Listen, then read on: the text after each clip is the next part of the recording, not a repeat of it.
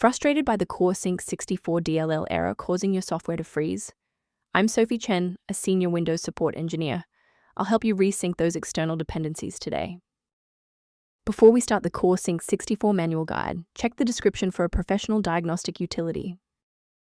This DLL file is the 64-bit version of the Adobe Creative Cloud synchronization library. It is responsible for managing the real-time background sync of files, fonts, and assets between the local PC and Adobe's cloud storage. Understanding the file's role is a great start. Now let's look at replacing it. The Core Sync 64 DLL is part of the Adobe Creative Cloud application package. A full reinstall of the latest official version of Adobe Creative Cloud will repair missing or damaged components. Should the reinstallation fall short, the next step in our protocol is to validate the integrity of your system's startup environment. A quick reboot can determine if the error is transient.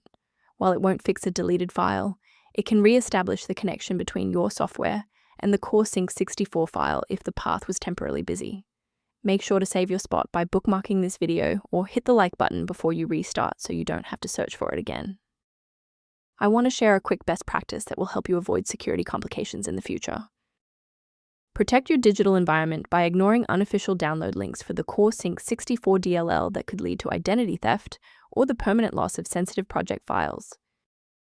To ensure your environment stays properly configured, a professional diagnostic can help verify that your library references remain intact.